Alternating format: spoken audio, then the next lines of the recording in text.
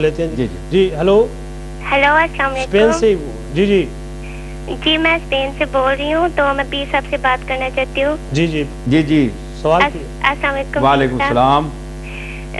پیر صاحب میں خود بھی ایک سید خاندان سے ہوں جی کافی عرصے سے ایک سوال میرے دماغ میں ہے جس کا مجھے کہیں سے جواب نہیں مل رہا جی فرمائیں آپ کو ابھی دیکھا ہے تو آپ کافی پڑھے لکھے ہیں علم والے ہیں کہتے ہیں سوال کا جواب علم والے بہت اچھا دے سکتے ہیں چلے جو کچھ میرے پاس ہے انشاءاللہ جی سوال کیا تو میرا سوال یہ ہے کہ موکل کیا ہوتا ہے اور ایک انسان کے ساتھ کتنے موکل ہوتے ہیں اور کیا موکل اور جنات اکٹھے رہ سکتے ہیں؟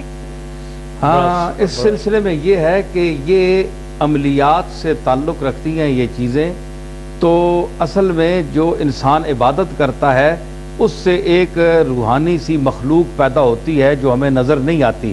وہ انسان کے ارد گرد رہتی ہے اور اگر اس کو بعض لوگ کچھ اس لیے اپناتے ہیں کہ تاکہ ہم کچھ حاصل کر لیں کچھ غیب کا علم ہمیں مل جائے وہاں کیا ہو رہا ہے ہم 2 منٹ میں پتہ کر لیں تو یہ عامل حضرات جو ہیں یہ کوشش کرتے ہیں تو اصل میں غیب اللہ کے سوا کوئی نہیں جانتا یا وہ اللہ کا مقبول جسے اللہ تعالیٰ اپنی اطاعت اور اپنے رسول کی اطاعت کے صلے میں اور تقوی اور طہارت کے صلے میں جو غیب اپنی طرف سے عطا فرمائے یا وہ جانتا ہے یا وہ جانتا ہے جس نے جو غیب دیتا ہے یہ جنات وغیرہ کوئی غیب نہیں جانتے یہ اس وجہ سے ان کو قریب کرتے ہیں تو یہ الٹا ان کو پھنساتے خود پاگل ہو جاتے ہیں تو ایسے چیزیں موکلات سے اور ان چیزیں سے گریز کرنا چاہیے ہمارے پاس گولڈا شریف میں اتنے لوگ آتے ہیں کہ جو موکل پھر غذا مانگتے ہیں اتنی لاکھ دفعہ درود شریف پڑھو اتنی لاکھ دفعہ اب کہاں انسان پڑھ سکتا ہے وہ پھر جناب ڈراؤنی شکلیں بنا کر انسان کو کھانے آتے ہیں پھر لوگ پاگل ہو کر ہمارے پاس آتے ہیں ہم کہتے ہیں اور وظیفے پڑھو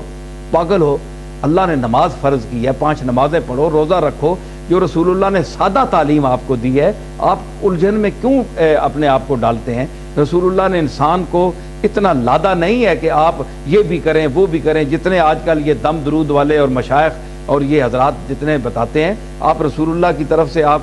صحابہ کی سیرت کو دیکھیں کہ رسول اللہ نے اتنے وظائف بتائے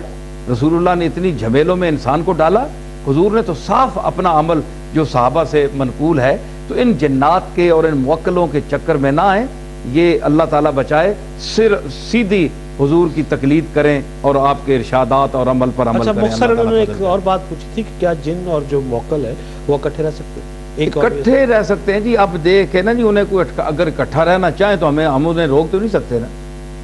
ہم انہیں روکتے نہیں سکتے اور اگر نہیں رہنا چاہتے تو ساری دنیا کے موکلوں کو اور ساری دنیا کی جنات کو ہم اکٹھا بھی نہیں کر سکتے یہ تو عجیب سا سوال ہے نا یہ تو غلط ہے صحیح چلے